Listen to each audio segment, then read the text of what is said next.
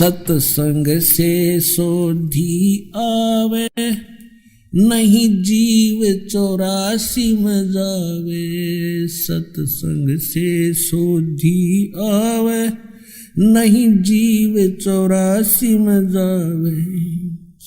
अब मेटो द्वेष और राग, हो राग या उम्र बतेरी जाली।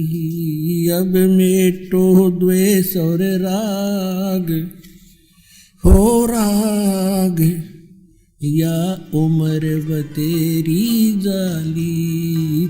तो परमात्मा भी तो कच्चे नहीं है, क्योंकि वो वेदों में लिखा उन्हीं को ये धन सौंपते हैं जो दृढ़ भक्त होते हैं। नानक साहिब जी ने कह दिया था कि भगवान जो आपका आदेश होगा उसी को सतनाम दूंगा, नहीं तो इसकी कहीं हवा भी नहीं लगने दूंगा। तो पुण्यात्मा उन महापुरुषों के इतिहास देख लो। नानक साहिब जी ने कितना बड़ा सिख समाज है, किसी को भी सतनाम नहीं दिया। मर्दाना और बाला उनके साथ रहा करते थे, दो पुण्यात्माएं, उनको भी ये नाम उन्हें प्रदान नहीं किया, क्योंकि पता था ये बालक है, कहीं डिस्क्लोज कर देंगे और बात बिगड़ जाएगी, परमात्मा की आज्ञा की अवहेलना हो जाएगी और काल का दाव लग जाएगा।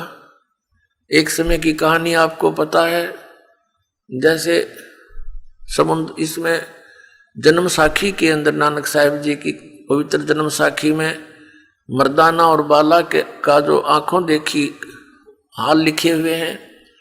एक समय मर्दाना और बाला ने प्रार्थना की कि भगवान हे गुरुदेव हमें श्रीलंका की सैर करा दो। नानक साहिब जी ने कहा कि आंखें बंद करो। आंखें बंद करी, समुद्र के किनारे खड़े थे। नानक जी ने कहा कि बच्चों मेरे साथ आ जाना है समुद्र के ऊपर, लेकिन तुम वाहे गुरु करते रहो। नानक साहिब जी चल पड़े सतनाम का जाप करते हुए, 2 अक्षर के सतनाम का।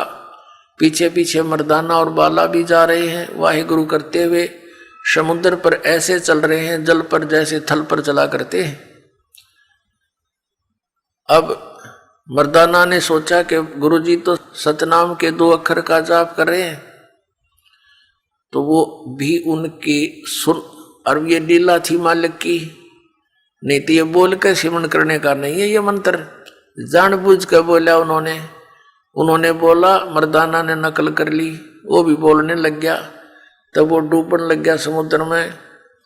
नानक साहिब जी ने कहा कि मर्दाना गुरु की नकल नहीं करा करते, आज्ञा का पालन करो और पुनः तुम वही बोलो, ये छोड़ दो, ये मंत्र मत बोलो। अब वो फिर लगा वाहे गुरु जपने, तो फिर ऐसे ही चल पड़ा समुद्र के ऊपर थल की तरह। अपने आत्माओं, ये कोई वाहे गुरु कहने से समुद्र के ऊपर नहीं तरा, वो तो आदेश शक्ति थी नानक साहिब के वचन की, उससे चल रहे थे वो। अब जैसे पुण्यात्माओं यह लीला देखो परमपिता परमात्मा की, ये कैसे काल के साथ आंख में चौनी खेल कर इस सतनाम को सुरक्षित रखवा गए। अब नानक साहिब जी ने फिर अपनी वाणी में भी इस सतनाम का बहुत बार वर्णन किया, लिखा। एक प्राण संगली नामक ग्रंथ है जो नानक साहिब जी की का विशेष ग्रंथ है, जिसमें बहुत बड़ा भेद, पूरा भेद प्राणों यानी श्वासों के द्वारा सिमरण सतनाम का होता है, 2 अक्षर के का। उसमें बहुत डिटेल लिखी थी और उन्होंने एक राजा को दे दी थी। एक शिवनाभ नाम का राजा था, उसको सुरक्षित रखवा दी थी कि इसको रख देना, सुरक्षित रखना, किसी के हाथ ना पड़े। इस अनमोल धन को केवल तू ही सुरक्षित रख सकता है, ये मेरी बॉडी समझ लेना, ये मेरा शरीर जान लेना, अगर ये किसी को देना नहीं। उनका उद्देश्य ये था कि धीरे इसको वहां तक सुरक्षित रखें जब यो कलयुग की बिचली पीढ़ी आवे।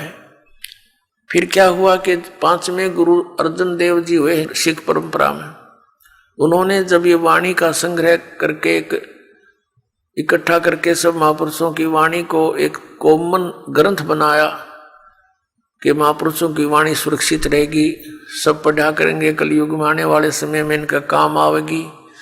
तो उस समय उस प्राण संगली को भी देखा, लेकिन इन वाणियों को संग्रह करते समय एक विशेष ध्यान रखा गया कि कहीं इसके अंदर वो 2 अक्षर का नाम गुरु ग्रंथ साहिब में ना लिखा आ जाए, और आने वाले समय में और सिख लोग इनको पढ़ेंगे और जाप करने लग जाएंगे तो कहीं मर्दाना की तरह ये हानि ना उठा लें, भगवान की आज्ञा का, गुरुदेव की आज्ञा का उल्लंघन ना हो जाए। इस दृष्टिकोण से उन्होंने प्राण संगली से भी, प्राण संगली को जो पढ़ा अर्जुन देव जी ने, देखा उसमें तो बहुत ढेर सारे प्रमाण थे सतनाम के, तो उन्होंने यही उचित समझा कि कहीं गुरुदेव की आज्ञा की अवहेलना ना हो जाए। और इसमें तो स्पष्ट लिखा है, विधि लिखी है, और हमारे सिख समाज को हानि ना हो जाए, इसलिए उसने सारी की सारा ग्रंथ अच्छी तरह कपड़ों में पैक करके आदर के साथ बहुत अच्छी तरह पैक करके और दरिया में बहा दिया, डाल दिया जल में आदर के साथ। तो किसी एक और भगत कोई खड़ा था, उसने प्रार्थना की, भगवान ये अनमोल वचन है गुरुदेव के, आपकी आज्ञा हो तो मैं रख लूंगा, मैं किसी को नहीं दूंगा, मैं इनको पढ़कर अपना आनंद मनाऊंगा। तो उन्होंने उसकी प्रार्थना पर, मालिक की दया होती है, नहीं तो बिल्कुल नहीं निकालने देते, कहा भी चल ले जा, तो इसको सुरक्षित रखना, किसी का और को ना बताना। अब वो फिर जैसे तैसे थी वो, उनमें 160 अध्याय बताए, कहीं पर 113 भी लिखे, तो केवल 80 अध्यायों को लेकर के प्राण संगली हमारे पास उपलब्ध है। फिर भी 30, 40, 50 अध्याय शेष थे, वो नहीं प्रकाश में आए। कारण क्या था कि उनमें इस सतनाम के 2 अक्षर का विशेष भेद है। तो यहाँ कहने का दास का ये है कि नानक साहिब जी ने वो किस लिए कहा था, क्यों छुपा के रखा, इसलिए मना किया था कि आने वाले समय में कोई इस नाम का जाप ना कर ले, और जाप करेगा तो फिर अन्य को भी पता लगेगा। तो काल के दूत भी, जैसे राधा स्वामी पंथ, सच्चा सौदा पंथ और ये निरंकारी पंथ, ये सारे सिख समाज से ही निकले हैं, और इनके पास ये मंत्र है नहीं। और अगर ये सार्वजनिक होता और उसमें ये सब झटका मालिक नहीं देकर जाते मर्दाना को, तो ये सब इसको कति सरेआम नाम जाप करते। अब इन नकली संतों को ये पता नहीं चला कि ये मंत्र भी होगा जाप का, और स्वयं ये नहीं पता उनकी आंखें कहाँ चली गई थी ज्ञान वाली। नानक साहिब जी स्वयं जाप कर रहे हैं उसका, औरों को मना कर रहे हैं। क्यों? इसलिए कि भगवान का आदेश नहीं था। अब कारण क्या था कि जैसे अब ये भी नहीं कह सकते अभी नानक साहिब जी ने हमारे साथ ये क्या किया, हमें ये नाम क्यों नहीं दिया।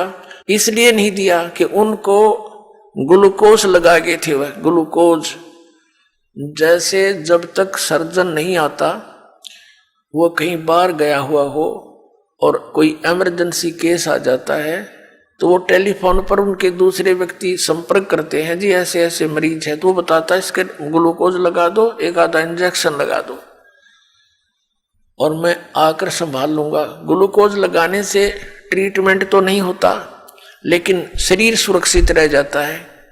तो उन महापुरुषों ने हमें ग्लूकोज लगा दी। किसी को तो बता दिया कि गीता जी का पाठ करो, किसी को बता दिया संतों की वाणी का पाठ करो, भंडारे करो, धर्म करो। ये ग्लूकोज लगा रखे थे, और इनसे क्या होता रहा, मनुष्य जीवन कंटिन्यूस आता रहा, लेकिन मोक्ष नहीं हो सकता था इस प्रोसेस से। अब मोक्ष के लिए तो ये मंत्र है, अब वो ग्लूकोज भी लाना पड़ेगा क्योंकि हम दीर्घ रोगी हैं, ये धर्म यज्ञ भी करनी है, और साथ में ये कैप्सूल जो एंटीबायोटिक है। ये सतनाम के 2 अक्षर, आदि नाम का वो अक्षर, यानी ये 3 मंत्र का जाप आपको प्राप्त होगा, तो आपका जरा और मरण का ये रोग समाप्त होगा।